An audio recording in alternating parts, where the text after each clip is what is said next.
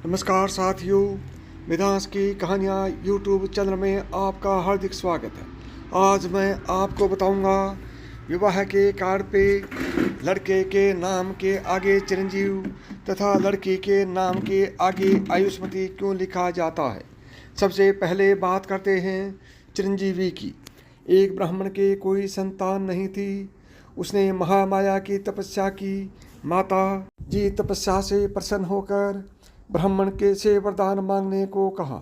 ब्राह्मण ने वरदान में पुत्र मांगा। माता ने कहा, मेरे पास 2 तरह के पुत्र हैं। पहला 10,000 वर्ष जिएगा लेकिन महामूर्ख होगा। दूसरा पुत्र 15 वर्ष यानी अल्पायु होगा लेकिन वह महाविद्वान होगा।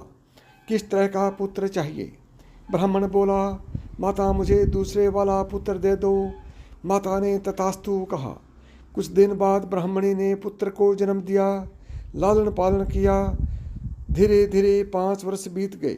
माता का यह वरदान याद आया। याद करके ब्राह्मणी ने ब्राह्मण से कहा, 5 वर्ष बीत गए, मेरा पुत्र अल्पायु है।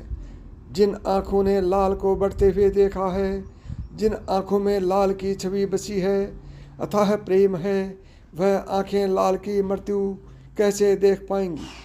कुछ भी करके मेरे लाल को बचा लो। ब्राह्मण ने अपने पुत्र को विद्या ग्रहण करने के लिए काशी भेज दिया। दिन रात दोनों पुत्र के वियोग में दुखी रहने लगे। धीरे धीरे समय बीता। पुत्र के मृत्यु का समय निकट आया। काशी के एक सेठ ने अपनी पुत्री के साथ उस ब्राह्मण पुत्र का विवाह कर दिया। पति पत्नी के मिलन की रात उसकी मृत्यु की रात थी। यमराज नाग रूप धारण करके उसके प्राण हरने के लिए आए। उसके पति को डस लिया। पत्नी ने नाग को पकड़ के कमंडल में बंद कर दिया। तब तक उसके पति की मृत्यु हो गई। पत्नी महामाया की बहुत बड़ी भक्त थी। वह अपने पति को जीवित करने के लिए माँ की आराधना करने लगी। आराधना करते करते 1 माह बीत गया। पत्नी के सतीत्व के आगे सृष्टि में त्राही त्राही मच गई। यमराज कमंडल में बंद थे। यमलोक की सारी गतिविधियां रुक गई। देवों ने माता से अनुरोध किया और कहा, हे माता, हम लोगों ने यमराज को छुड़ाने की बहुत कोशिश की लेकिन छुड़ा नहीं पाए। हे जगदम्बा, अब तू ही यमराज को छुड़ा सकती है। माता जगदम्बा प्रगटी और बोली, हे बेटी, जिस नाग को तूने कमंडल में बंद किया है वह स्वयं यमराज है। दिन के बिना यमलोक के सारे कार्य रुक गए हैं। हे पुत्री, यमराज को आज़ाद कर दे। माता के आदेश का पालन करते हुए दुल्हन ने कमंडल से यमराज को आज़ाद कर दिया। यमराज कमंडल से बाहर आए। माता को तथा दुल्हन के सतीत्व को प्रणाम किया। माता की आज्ञा से यमराज ने उसके पति के प्राण वापस कर दिए तथा चिरंजीवी रहने का वरदान दिया और उसे चिरंजीवी कह के पुकारा। तब से लड़के के नाम के आगे चिरंजीवी लिखने की प्रथा चली। अभी आपको मैं बताता हूँ आयुष्मती क्यों लिखते हैं। राजा आकाशधर के कोई संतान नहीं थी।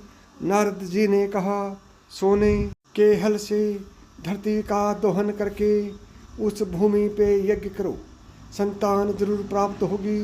राजा ने सोने के हल से पृथ्वी जोतते समय उन्हें भूमि से कन्या प्राप्त हुई। कन्या को महल लेकर आई।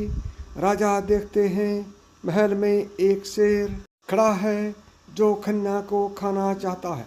डर के कारण राजा के हाथ से कन्या छूट गई। शेर ने कन्या को मुख में धर लिया। कन्या को मुख में धरते ही शेर कमल पुष्प में परिवर्तित हो गया। उसी समय विष्णु जी प्रकटे और कमल को अपने हाथ से स्पर्श किया। स्पर्श करते ही कमल पुष्प उसी समय यमराज बनकर प्रकट हुआ और वो कन्या 25 वर्ष की युवती हो गई। राजा ने उस कन्या का विवाह विष्णु जी से कर दिया। यमराज ने उसे आयुष्मती कह के पुकारा और आयुष्मती का वरदान दिया। तब से विवाह में पत्थर पे कन्या के नाम के आगे आयुष्मती लिखा जाने लगा। साथियों, यह कहानी आपको कैसी लगी कमेंट करके बताएं। और अभी तक आपने वेदांश की कहानियाँ यूट्यूब चैनल को सब्सक्राइब नहीं किया है तो अभी सब्सक्राइब करें। नमस्कार दोस्तों, जय श्री कृष्ण।